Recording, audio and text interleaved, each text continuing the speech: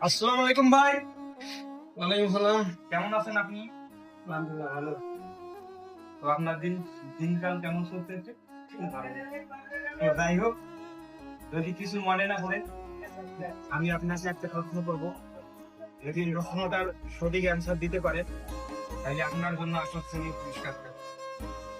তো আমার প্রশ্নটা হলো যে এমন এক জায়গা আছে পুরুষ মানুষ সবসময় যায়, কিন্তু নারীরা একবারই যায়। যদি প্রশ্নটা সঠিক উত্তর দিতে পারেন আপনার জন্য আকর্ষণীয় পুরস্কার আছে।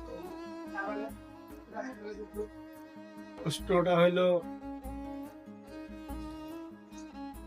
না ভাই আমি সরি ভাই, আমি পারবো না।